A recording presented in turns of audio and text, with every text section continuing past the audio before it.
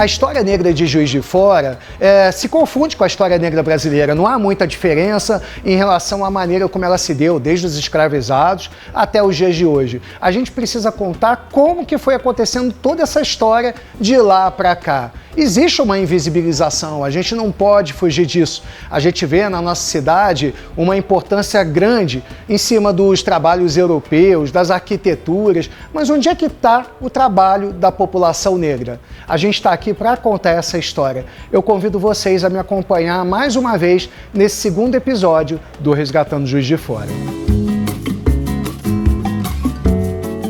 Nesse episódio, nós vamos ampliar ainda mais a nossa abordagem sobre o tema. É luta atrás de luta, pela visibilidade, pela ancestralidade, acima de tudo pela sobrevivência.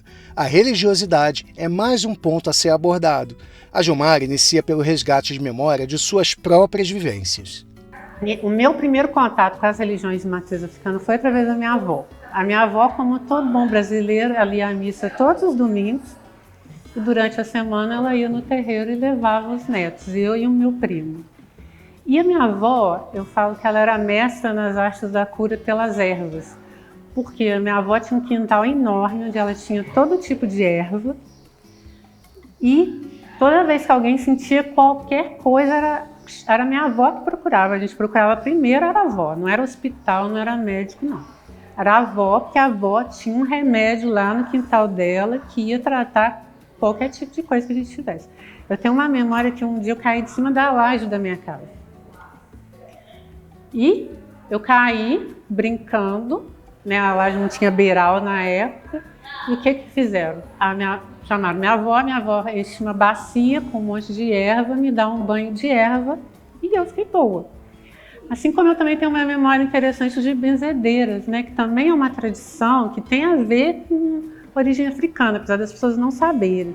Cada vez que a gente usa erva na benzeção, que a benzedeira usa uma erva, ou que receita um banho, isso está ligado a uma raiz africana. Eu lembro de, por exemplo, benzer cobreiro, um cobreiro meu que foi curado com uma benzedeira que rezou com folha de mamona. E a mamona, por coincidência, pertence ao orixá Obaloaê, que é o orixá da cura, e está associado à doença de pele. Então a gente vai vendo como que tudo vai se encaixando. Quando entrou na universidade, ela começou a pesquisar sobre candomblé e umbanda em Juiz de Fora, e hoje é praticante.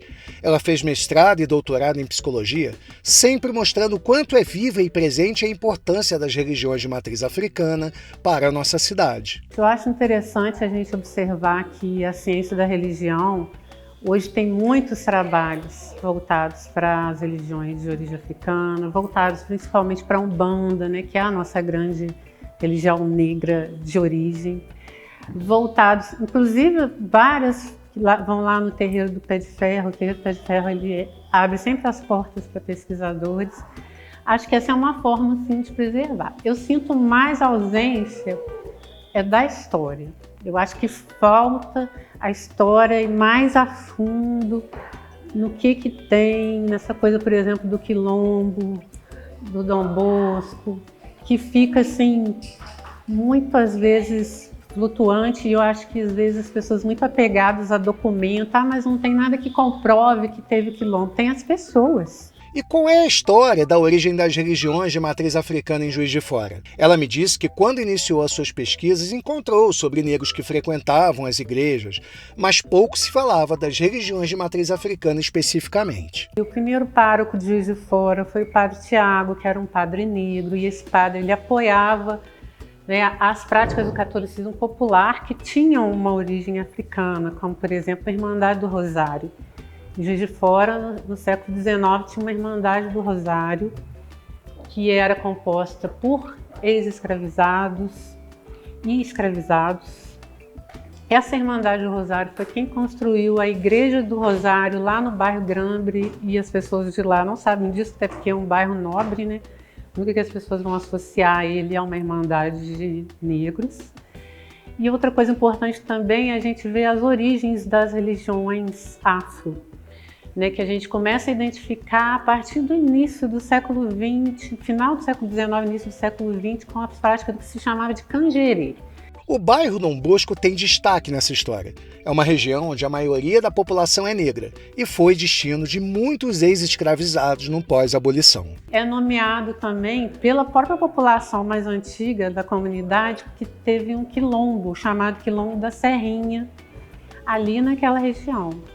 E ali tem uma história interessante também que a comunidade conta, que tinha um cruzeiro, e o cruzeiro ele é associado às religiões de matriz africana, por quê? Porque o cruzeiro é associado aos pretos velhos, às almas, então muitas oferendas são entregues no cruzeiro.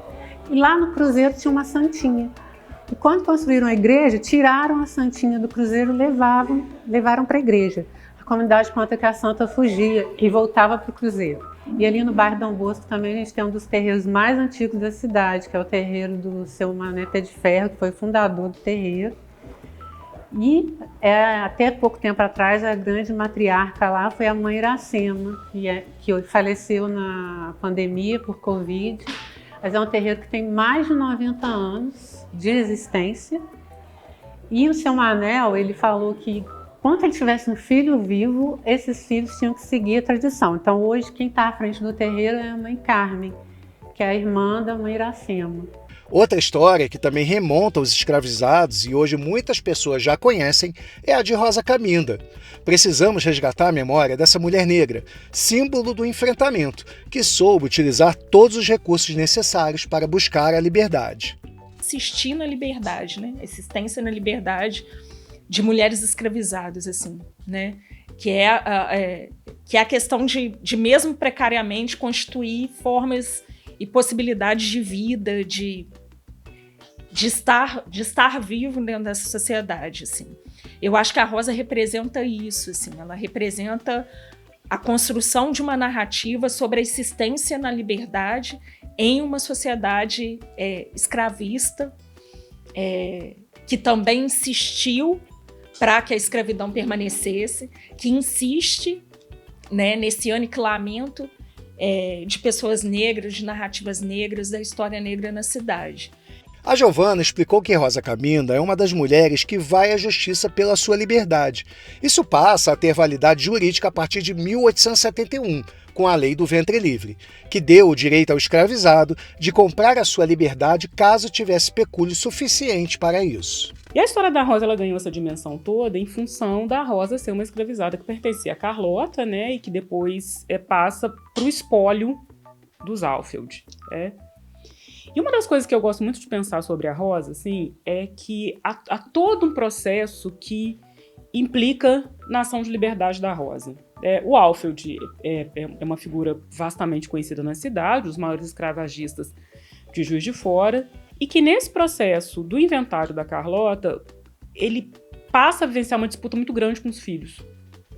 E os filhos começam, teoricamente, segundo o Alfred, por uma resistência a essa terceira esposa dele, começam a libertar diversas escravizadas, né, antes da conclusão do inventário. E aí a Rosa, observando isso, ela começa a se articular e tenta comprar a liberdade dela e não consegue. E aí tem 3 pontos da história da Rosa que, para mim, assim, são pontos que mostram como que Juiz de Fora é uma cidade de fato atlântica e como que as informações circulavam aqui de uma forma muito próxima a grandes centros escravagistas como Rio de Janeiro e Salvador. A primeira é que a Rosa já tinha negociado a liberdade do neto dela, alguns anos antes. Ela consegue negociar a liberdade do neto, ele cresce e liberdade, para mim, eu penso que isso é um dos fatores que vai levar muito a Rosa a buscar a sua própria liberdade, mas ela, estrategicamente, primeiro ela liberta o neto, para depois pensar na sua própria liberdade. Um segundo ponto é como que a Rosa, dentro desse lugar de observação do comportamento do branco, ela muito tranquilamente, aqui na minha cabeça, ela surfa nas disputas familiares dos Alfeld. Tanto que elas aparecem no processo. Veja você como essa história possui tantos detalhes. Surge Avelino Rodrigues, que foi vereador na Câmara Municipal desde 1861 e era advogado, peça-chave no processo de Rosa. A Rosa passa, né, por diversas tentativas de curadores que se recusam a representá-la na justiça. E o advogado da Rosa, que é o Avelino Milagres, que para mim é uma das coisas mais fantásticas de Juiz de Fora, né? A Denise tem a paixão dela e eu tenho a minha, né? A Denise tem o Simão Buta, eu tenho o Avelino Milagres, né? E ele é um cara que passou uma temporada na corte e que tem contato com o elaborador da Lei de 71. E o Avelino representa a Rosa na justiça. Tanto que a ação da Rosa é muito curta. Ah, mas ela é curta por quê? Ela é curta por causa do advogado da Rosa.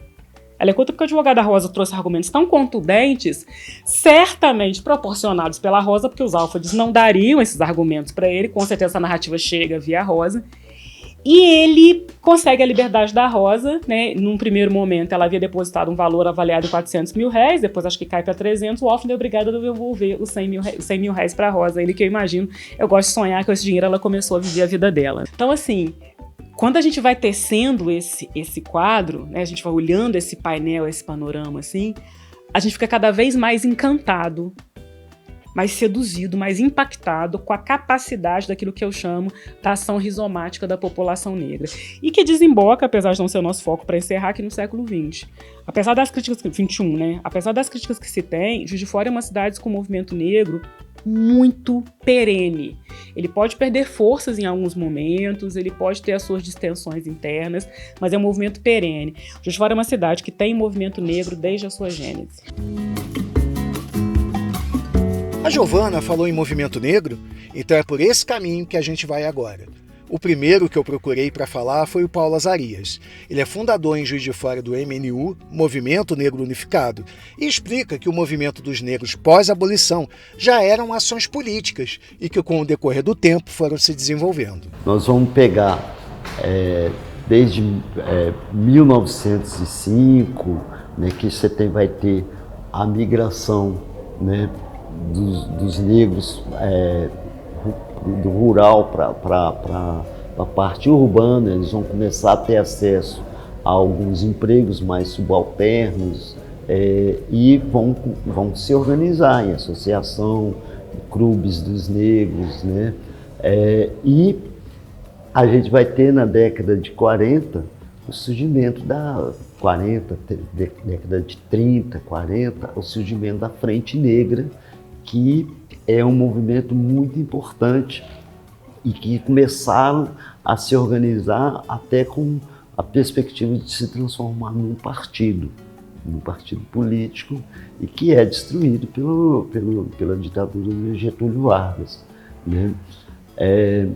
E nesse processo, até a década de 70, a gente vai ter pulverizado no país inteiro várias organizações muito localizadas. Esses vários grupos regionais se juntam, isso em 18 de junho, e resolvem criar um movimento a nível nacional. E aí, quando chega no dia 7 de julho, tem um ato histórico, o primeiro grande ato da população negra, e aí cria o MNU, Movimento Negro Unificado. E a partir da criação do MNU, né, é também criado o Comitê pela Anistia, que esse movimento contra a ditadura ele já vai ganhando mais força e vai começando a criar, né, condições de articulações nacionais. O Wellington é o nosso próximo personagem. Ele é diretor estadual da UNEGRO, União de Negras e Negros pela Igualdade Juiz de Fora. Outro movimento negro importante em nossa cidade. A UNEGRO, ela tem mais de 40 anos no Brasil, ela tem no Brasil todo. Nós temos a UNEGRO, ela presente em todo o país, fazendo ações, caminhando junto com outras instituições como o Movimento Negro Unificado, o MNU. Então as histórias dessas associações, elas se confundem, elas se juntam em grande parte da luta antirracista. Em Juiz de Fora nós temos esses dois grupos que travam essa luta, e nós temos muitas outras associações, entidades e grupos e coletivos. Essas duas em especial, elas vão além da questão cultural e é pela busca da legalidade, do direito mesmo. Então, assim, aí eu conheço o negro e estou no negro até hoje, nessa luta, nessa trajetória, porque através da UNEGRO, através do engajamento da luta antirracista, a gente salva muitas vidas, a gente aponta muito caminho. quando a gente denuncia o racismo e a pessoa que sofre o racismo, sofre a injúria racial, ele tem onde buscar para garantir os seus direitos, ele sabe que ele tem uma associação que vai representá-lo na legalidade, com advogado, que vai dar respaldo, a gente encoraja a nossa sociedade a fazer as denúncias. Então esse é o papel da Nosso Negro. A advogada Karina Dantas atua em muitas frentes. Hoje é referência jurídica nas questões raciais. Chegou de Barbacena buscando um lugar onde pudesse se ver trabalhando, o que não acontecia lá. Segundo ela, em Barbacena não havia muitas oportunidades de trabalho para pessoas pretas. E quando eu cheguei aqui em Juiz de Fora, eu me deparei com uma cidade que me acolheu assim bastante, porque eu via que casais, por exemplo, interracial, eu via pessoas pretas trabalhando, né, no comércio, e ali eu falei assim, olha, não dá mais para ficar com braços cruzados, vendo somente as coisas acontecer, principalmente nas questões raciais, e não fazendo nada. Então eu me aproximei muito do Wellington, que foi meu primeiro amigo que eu fiz aqui em Juiz de Fora, e ele já era militante, então ele me apresentou ao Negro de Juiz de Fora, que é um movimento negro que existe não somente em Juiz de Fora, mas em todo o Brasil, e foi ali que eu iniciei a militância, foi ali que eu fui me descobrindo ainda mais, né, com as questões raciais, porque a gente também está numa fase de construção. As pessoas pretas também buscam o letramento racial, que isso é importante. Então, dentro do movimento negro, eu fui percebendo, né, todas aquelas questões que muitas das vezes lá em Barbacena eu não entendi. Depois de tudo que vimos e ouvimos até aqui, como a invisibilização pode ser combatida? E a reparação histórica, como fazer? A medalha Rosa Cabinda, que foi essa construção dos coletivos feministas, né, coletivos feministas, coletivos de mulheres negras e de mulheres da cidade, né? E a sugestão para esse nome, ela surge de mim, mas ela é uma construção também do movimento de mulheres negras da cidade, porque aí também, né, eu tenho a minha criação no movimento de mulheres negras. À época eram as candaças, né? Nasce a partir dos estudos que a gente fazia, eu, Selmário de Castro Balbino e a Mariana Gino, na casa da Selmário, sobre a questão racial no Brasil, sobre relações raciais. A gente fazia estudos de livros e o estudo sobre a Rosa e sobre a escravidão em Juiz de Fora, a abolição em Juiz de Fora, nasce a partir desses estudos. Isso minimamente instiga as pessoas a saberem, a procurarem quem é essa mulher. E na hora que abrirem os livros, na hora que abrir a história, na hora que abrir o Google, vão achar lá que essa mulher é uma mulher preta. Foi uma mulher escravizada, mas que superou, que venceu o seu escravocrata, o seu senhor. Isso é maravilhoso para a gente, isso é maravilhoso para a nossa ancestralidade, isso é maravilhoso para a nossa juventude, para os que virão. Esses feitos, né, essa conquista das pessoas pretas foram retirados. Então, assim, a gente tem que trazer, a gente tem que voltar realmente ao passado, resgatando para mudar o presente.